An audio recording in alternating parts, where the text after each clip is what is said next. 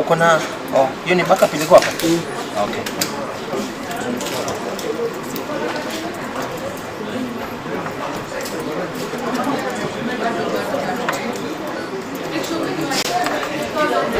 Mimi nataka hizi sasa.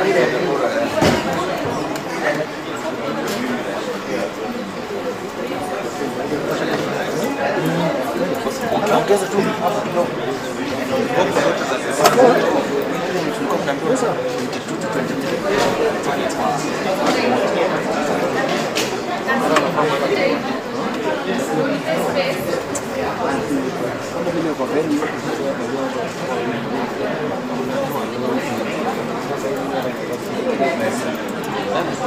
Iko sawa? Hebu guza on.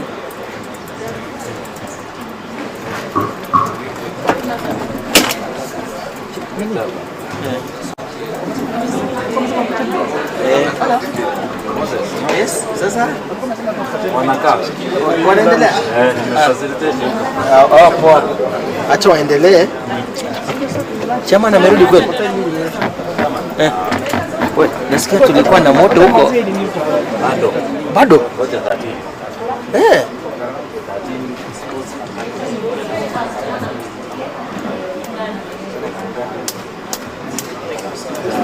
Nasikia wanapaka kufanya chama ile kitu. Sasa niongee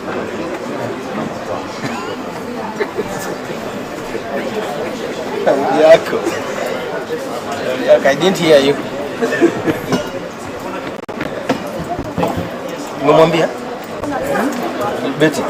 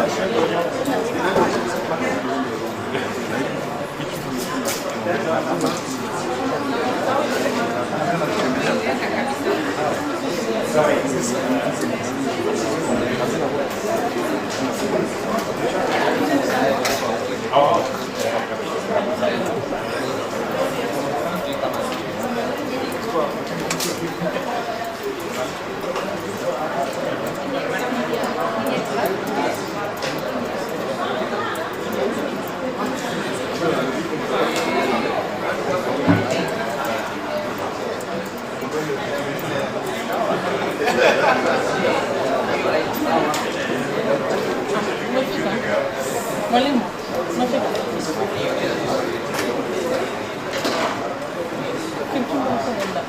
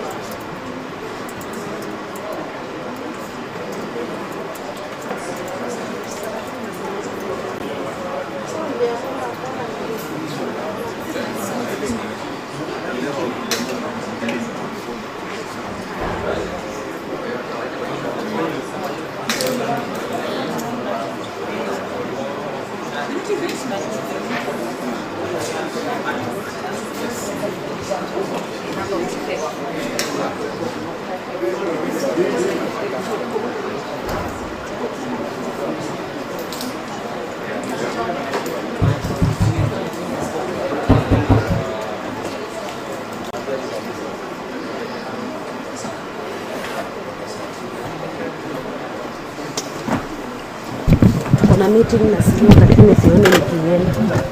Ninawaambia ni anchors.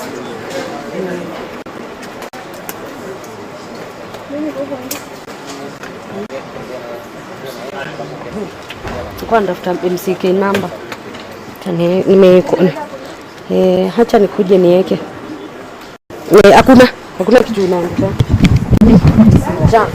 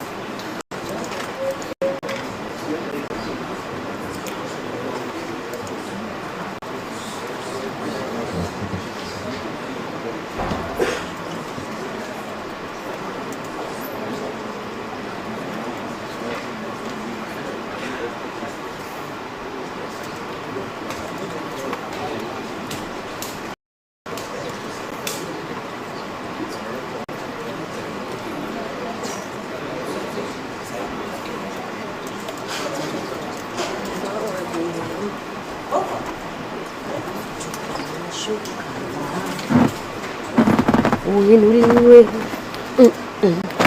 tunishuka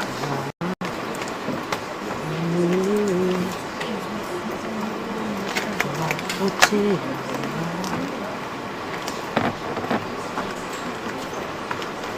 onekane wapotea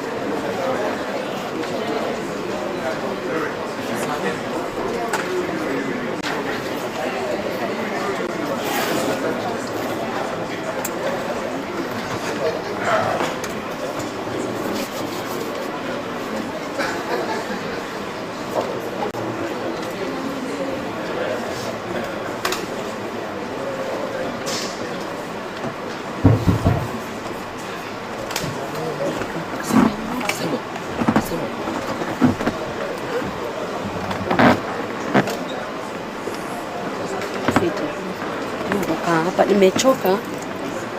Simama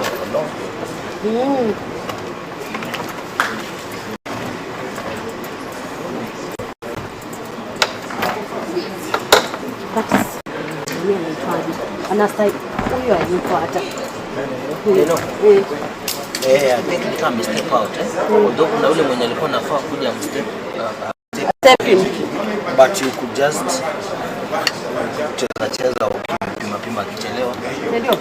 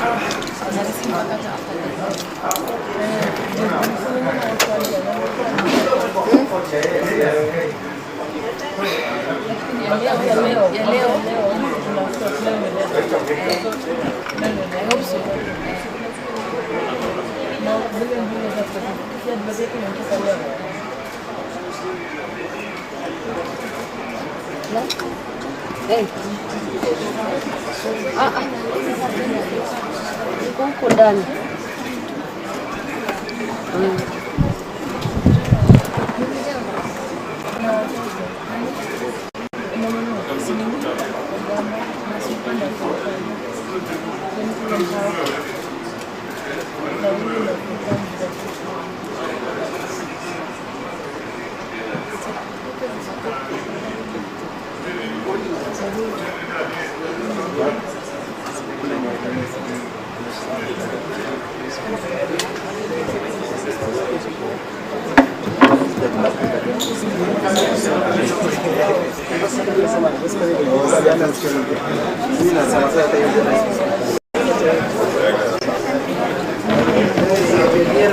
Allah, nilikuwa nasema umeenda.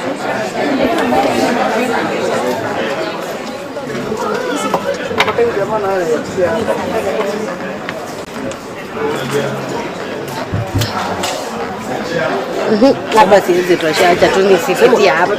Sema ndio nilikuwa ndani ile meza speaker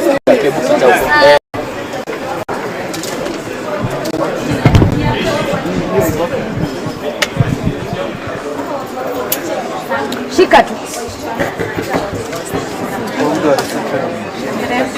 Mwenye kapa chini. Amedu. Sasa nimeenda kuacha Niambie niko na shilingi na nilipoteza. Umekutana tena. Nitamwambia Masi nilikupea shilingi yangu. Hii ni bag. Hizi hata ukipotea hata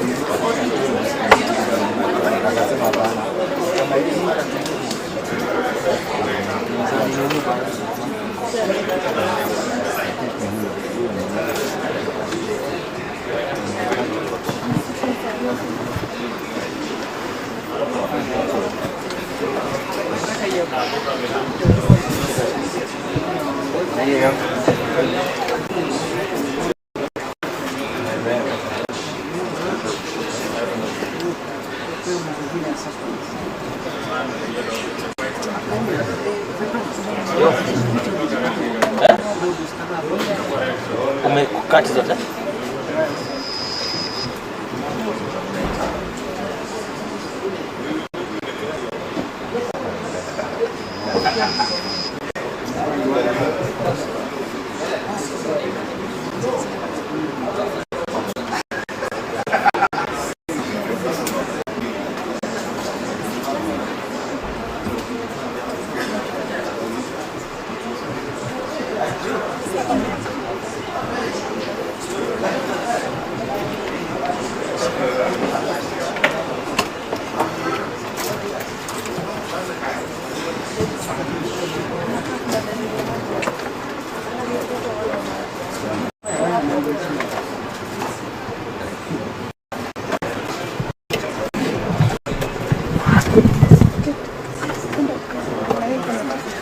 sioni kama vile mtu anakuja.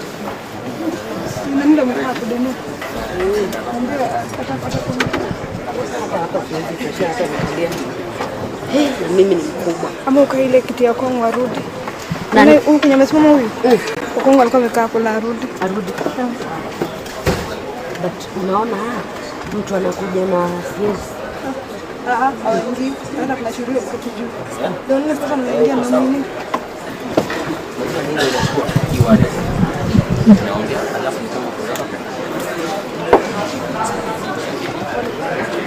Sergeant, bring the next nominee. Honorable members, the meeting is back to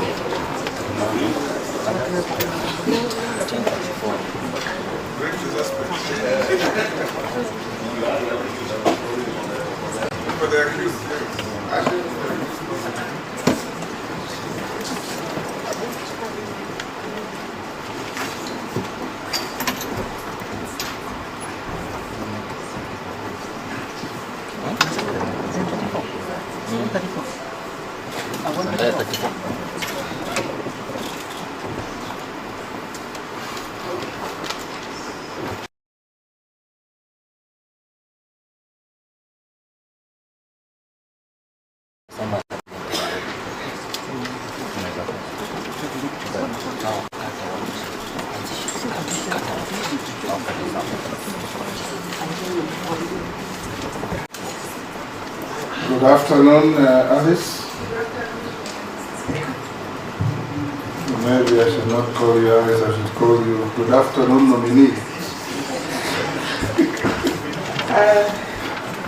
I think I feel nice when you call me Alice, Mr. Speaker.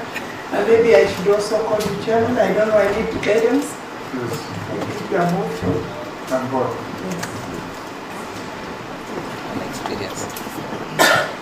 Honorable members, I think we are ready to go. Sergeant, can you administer the oath? Alice, you have a choice between, what are you looking for? I had two people, I can't see. With your permission. Your support staff or your security? Here you are secure. No, yes, not security. It's a support staff, just one person. Yes. Murefu. Good. Thank you. Ako hapa? Ako hapa. Okay. You have a choice between the Bible, the Quran, and affirmation. Which one? The Bible. Depending on your faith. The Bible, yes. So you may be upstanding and take the oath. Take the Bible by your right hand and read the standard oath. Thank you. I, Alice Wahome, do swear that the evidence I shall give before this committee on the matter under its consideration shall be the truth, the whole truth, and nothing but the truth. So help me God. Thank you. You may take your seat.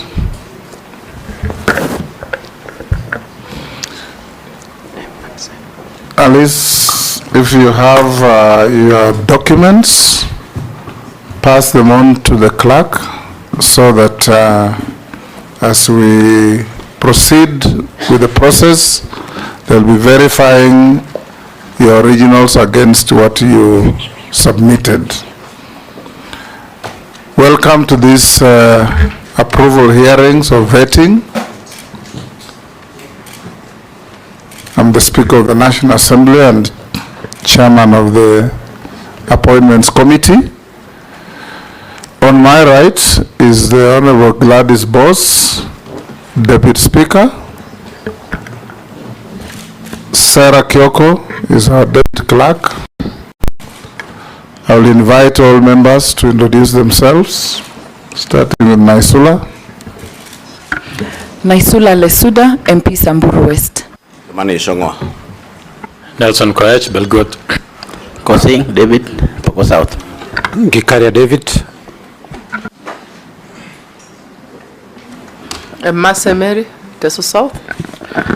Abdul Rahim Daud. Ferdinand Kevin Wanyonyi, mjumbe wa kwanza Trans Nzoia County. George Gitonga Murugara, MP Tharaka, Tharaka Nithi County. Owen Baya MP Kilifi North. Robert Mbui Kadhiani. Stephen Mule. Dido Raso Saku.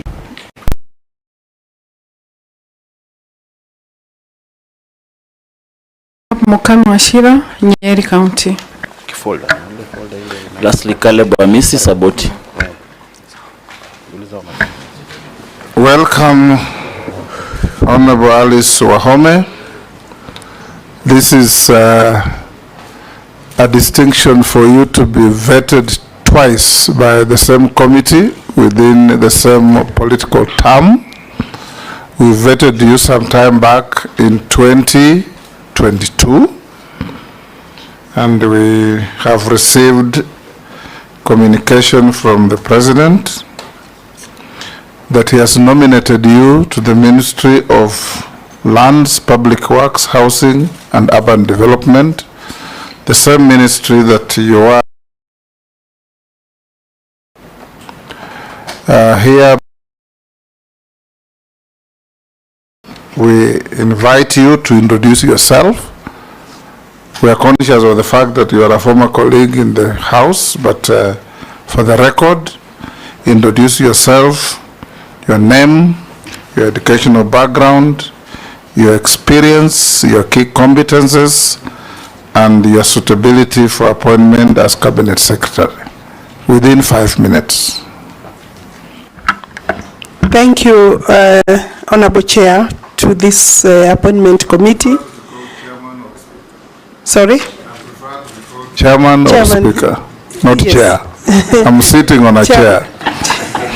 Chairman, although I would prefer chairperson, but I'll go by the chairman. Thank you very much. I think it's awkward. I think I just prefer to use the speaker. Thank you, Speaker. My names are Alice Mudhoni Wahome. I'm an advocate of the High Court of Kenya. I have served as an advocate before, prior to the nomination in 2022. My last certificate as an advocate was for the year 2022.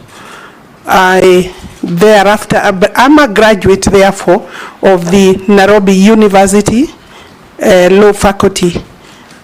Since then, I have served as an advocate in practice and served in... When I last checked, it was called University of Nairobi, not Nairobi University. The University of Nairobi. Yes, I had said the university, and I take the correction, the University of Nairobi, where I finished in 1984, and then went to the law school in 1980 up to 1985. I got admitted as an advocate, and therefore, since then, I have had the opportunity to practice both as a state counsel in the Attorney General's office and also as an advocate in practice. I've done a lot of advocacy, human rights defense, and activism, you could call it that. I have served as a member of the Law Society of Kenya, served also as an advocate, as a vice chair for FIDA and other women rights organizations. I have then had the privilege to work as the Member of Parliament for Kandara for 2 terms. I served from 2013 to 2017. Then I got another privilege to serve 2017 to 2022. And then I still got the opportunity to be elected a 3rd term in 2022 August when this government came into place. I got the privilege, as you have rightly said so, to be nominated as a Minister for Water, Sanitation and Irrigation in September 2022, where I served until 5th of October 2023. And then I was moved from that ministry by His Excellency the President in the exercise of his mandate to the Ministry of Lands, Public Works, Housing and Urban Development. I have served since then until the 11th of July this year when I was dismissed under Article 152(5)(b). I think I will say that in terms of my competence, I am a team worker. I take a lot of pride in working within the team.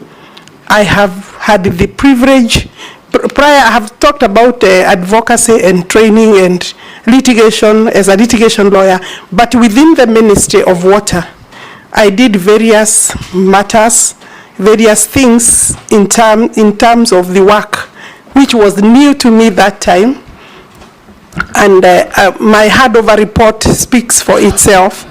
It talks about non-revenue, reducing non-revenue, coming up with frameworks for reducing non-revenue water. In water, we also were able to come up with a framework for water purchase agreements to work within the framework of PPP. We did several boreholes, several strategic plans to raise funding to the tune of, by the time I was leaving, we had about a total, including the Kenya budget, we had a total of about 80 billion for water. I was able to understand the mandate very fast, and we raised the water coverage from 65%, the national water coverage from 65% to 72% by the time I was leaving within that short period, and then sanitation from 26% to 32%. Now in the Ministry of Lands, where I have then served for those other 10 months, now I believe this was my 10th month, we have various programs that are running, and therefore I would say that in terms of the work that I have been doing, and I'm very thankful to His Excellency the President for returning me back by way of this nomination back to the ministry that I have been for the last 10 months. I find that as a confirmation in one way or the other, or expression of confidence that I did my work for those few months properly, and subject to the approval, I'm willing to serve the country in that capacity. There are a lot of challenges in the ministry, but in terms of competence as a lawyer, I do not find myself as a stranger. For example, in the State Department for Lands, where obviously there are matters that I had done before. I was exposed to conveyancing, but I was not exposed to some of the challenges that are there, including fraud, including cartels, including bad practices, which we have, with the support of Parliament, I'm sure we'll be able to overcome. So I'm a team worker, I'm a hard worker, I believe in hard work and honesty, and I have the right aptitude to carry out my duty as a minister. Do. Yeah. Thank you. I'll invite the Deputy Speaker to fire at you the first question. Okay, Honorable Wahome, I'd like to ask you this, and because it's one of the questions that most lawyers are asking. There's been the ongoing digitization of land transactions and records to curb corruption. There's been the rollout of ADVERTISE, which was having a challenge, and I know that also you had the ministry's strategic plan 2023-2027. Could you tell us what you are already doing in regards to these three areas, but also what you would do, and that you feel that there's still challenges going forward if your confirmation of your nomination is made? Thank you.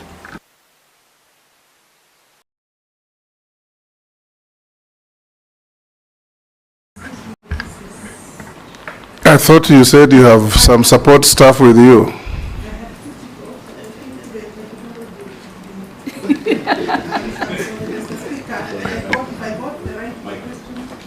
The question is what we are doing in respect of the ADVERTISE, the digitization and digitalization system within the ministry, the Department of Lands.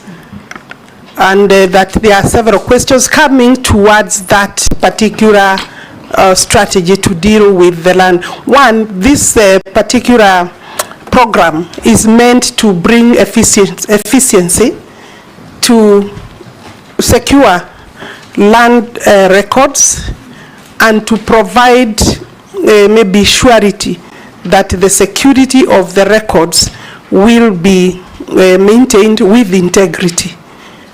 The program started way back in 2014, and where we are, I could safely say that we have been able to cover the entire Nairobi with about, which has about 300,000 titles, and you can be able to access the ADVERTISE platform, and therefore we are at a better place.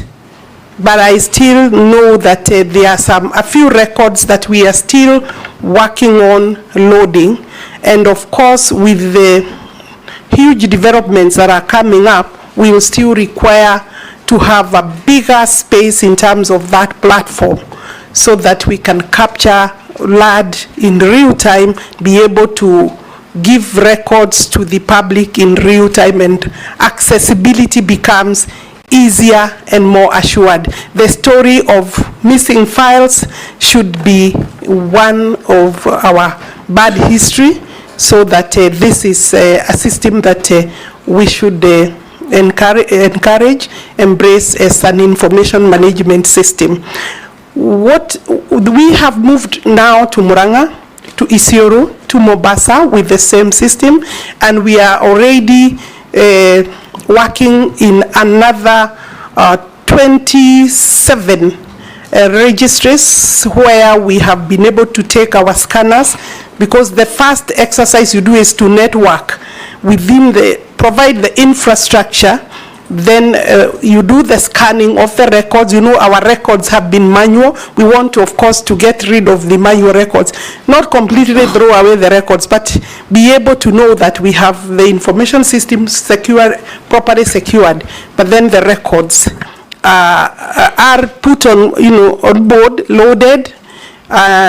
With that, then we can be able to say that I want to be very honest with the Parliament, because I'm at the right place. We needed a better budget, a bigger budget, to the tune of between 35 and 40 billion to be able to secure all our records under the digitization system. And of course, the country needs to be able to have fiber networking in those other places.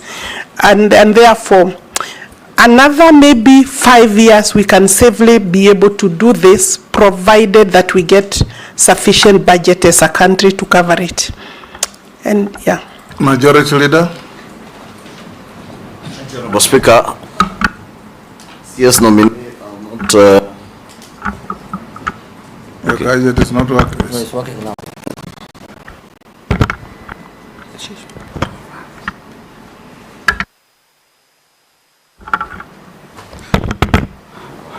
Thank you. CS Nominee, I will not ask questions of if you are approved, because you have been the Cabinet Secretary for Lands for at least a year or so.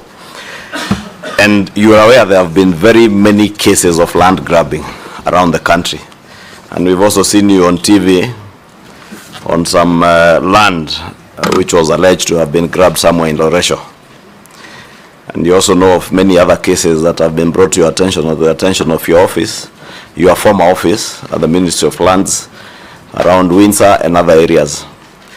Cases where your ministry officials of the National Lands Commission, those from the police have been involved. I would want to hear what you would do, if approved, or what you have been doing to curb the rampant cases of land grabbing, and especially considering the recent court judgment by the Supreme Court that a title by itself is not prima facie evidence that you are the owner of, legitimate owner of land. That one needs to go beyond that face value of the title to check how that title was acquired from the initial first owner.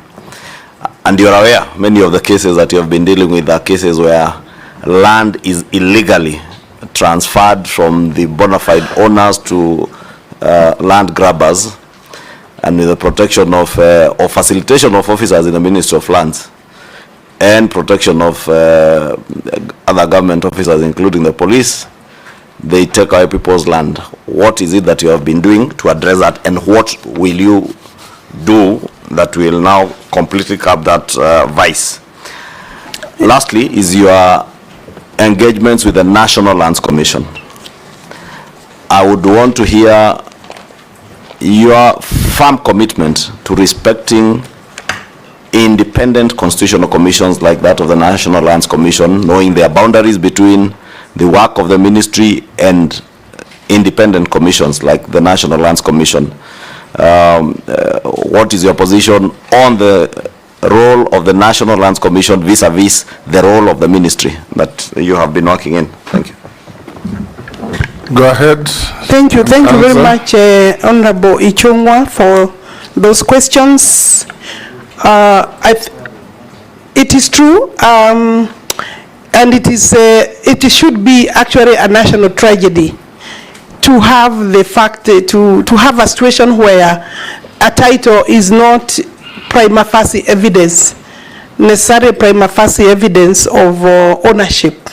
When I was going through my university law course, I knew that title, and the land law that was taught is that title is sacred. The title deed is almost absolute, but it's no longer the case, because as you have rightly pointed out, we are aware of very many cases of fraud being carried out by Kenyans with the support of sometimes unscrupulous... You mean Kenyan criminals?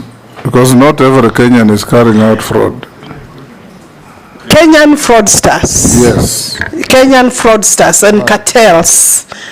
And they are not just, when we say cartels, I want to clarify. They are powerful cartels, they are moneyed cartels. Some of them surprisingly have made money through those kind of fraudsters, but then maybe cleansed that money into institutions like schools, like banks, like other maybe real property investments. And they are also powerful. But of course, there are also the ordinary cartels and criminals also who don't have much money, but they are part of the whole system. And I have come across very many, and some are very sad cases, because people have, the cartels have reached a point where they don't respect the title deeds, and sadly, many times, or quite largely, the officers of the ministry have been, in numerous cases, part and parcel of procuring those kind of titles. When you look at the Land Act, to be able to deal a big blow to the cartels when they secure fraudulent titles, and you, Honorable Speaker, I mean that you are the owner, say, of this particular building, cartels come and they perform some miracle and procure another title, where your title is safely somewhere, maybe under the locus of this particular building or parliament. And that title is the normal paper that we use for titling in this country.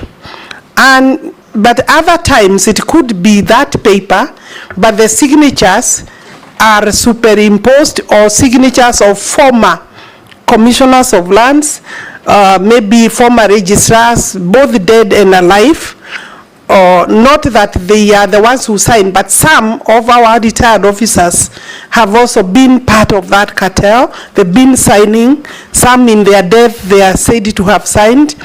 And therefore, what am I doing? I think we need to work on some amendments very quickly on the Land Act, so that the minute the registry, the technical information on the land records are known to be interfered with, to have been fraudulently secured or changed, so then the registrar, say the chief land registrar, should be able to immediately effect a cancellation and leave by law, because the minister is the custodian of all land titles, and therefore be able to say this record should look like this, and so that the person flagging another title out there should be left to be the one to have the honors of going to court to prove that the ministry has changed the records or altered records, and that these are the true records. What has happened is that the ministry, previously the courts have taken the position that a title is sacred, a title can only be cancelled by the court. And you know, for the court to arrive at a position where it is able to say that these are the records, truly the evidence must be produced before the court by the chief land registrar or through his officers, so that then the court can be able to will always rely in a good judgment, well-reasoned judgment. The court should be able to summon, or the owners of the case to be able to call for witnesses and the right records to inform the court, to help the court arrive at the right decision, is evidence from the ministry. So therefore, there is no reason why we should, as a ministry, not be able to rectify the records. When you look at the current section 79, yes, it's not clear that you can be able to alter that title. Anyway, Mr. Speaker, I have been asked what I have been doing. I have been utilizing that section severally. I have impugned some of the documents because they are obvious frauds, and therefore I'm not willing to take the dirty work of my ministry to the courts.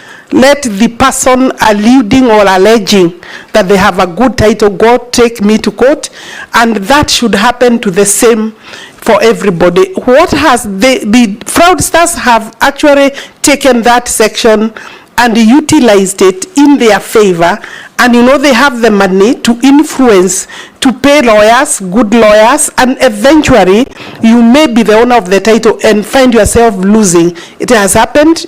We have several cases in the High Court, others in the Court of Appeal, where people, genuine owners of land, are struggling with judgments that don't make sense at all. And I do not want to go beyond that, but they don't make sense and they cannot. So therefore, we need to change the law to some extent to be able to give clarity to what the registrar should be able to do in the event that there is a clear fraud. I have taken the position that I will tackle the fraudsters. I have found myself in one of the notorious cases. I was actually locked up in a suit premises, not a suit premises, in a